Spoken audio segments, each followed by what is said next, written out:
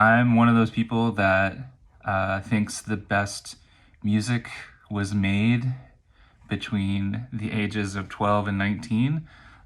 So I sort of just have this constant loop of emo albums from 2002 on repeat. It's just uh, it's just kind of my thing, and I've never like I know it's terrible and mildly embarrassing, but yeah, I never grew out of it.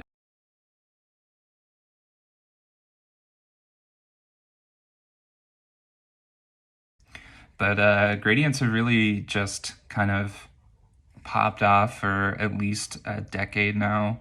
Um, Jeff Elrod, Sterling Ruby, Austin Lee, that sort of soft airbrushed or spray painted mark. It's just kind of everywhere and has been super cool for at least a decade now. And I think there's something about it being popular and extremely seductive, and that seemingly like feel of easiness about it that made me reluctant.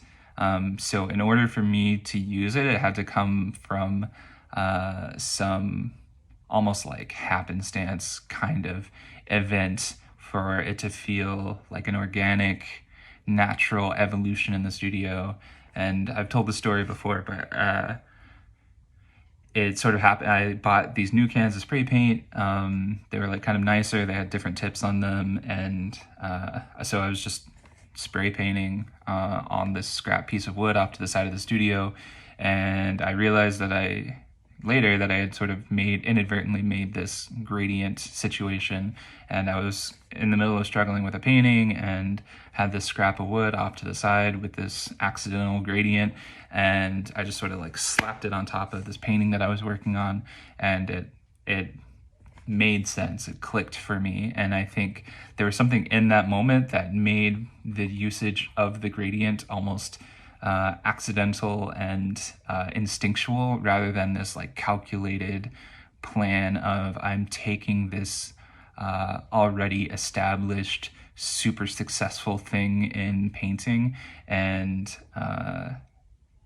it it just felt more natural, and like somehow by the me using it in the way that I did, that it like had more integrity or something. It was just happened. And so now like there's a genuine curiosity in the gradient and how it works.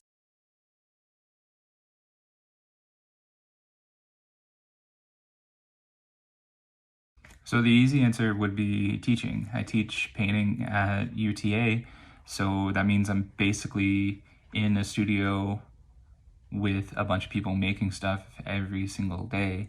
And I think just being so closely connected to young artists who are just starting to figure things out, um, where every day is kind of like a new discovery or some new experiment, and the work is evolving and changing really rapidly, and there's such an accelerated amount of growth.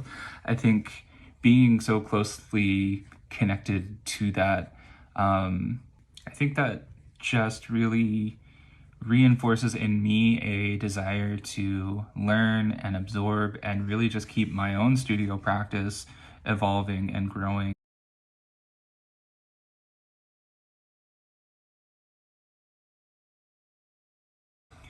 Yeah, that's just really the essence of what I do over and over again in my paintings. I'm drawing and composing and painting, and then I'm chopping things up and I'm painting some more, and I'm assembling, and then I'm repainting, and then I'm cutting things up again and reassembling, and that's just kind of how the paintings work for me. And a lot of it's planned. That's the strategy, and I'm thinking of compositional devices that I want to use in the paintings. I'm thinking about color things before I go into it, and how a sense of space is going to work, how the construction is going to happen. I'm sort of strategizing all of that beforehand, but a lot of times those things don't work out, and I'm such an impatient kind of maker that when something's not working, I'm immediately painting it out before anything's dried, before the glue is set. I'm ready to dig back into it. And so I paint things out. I'll cut it in half and I'll flip it upside down, and I'll, nail some other thing right back on top of it. It's just how I get through the paintings. Like, I can't let something sit that's not working for too long.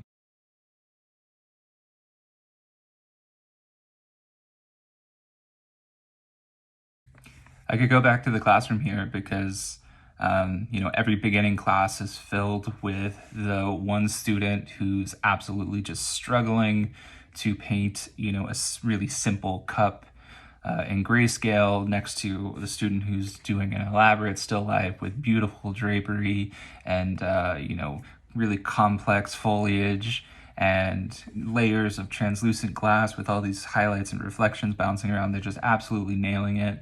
And if you've ever been that person that's struggling with the cup next to that person who's nailing something that's so complicated and having success and happiness and joy in that thing, you understand that misery that comes from being next to somebody that's having that happiness.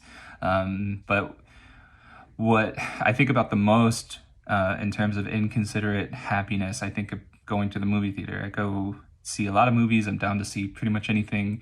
But for example, if I go see a comedy, something that's really not super great, maybe it's worth seeing in passing, a couple hours, but nothing I'd ever recommend, nothing I'm really like laughing out loud to. But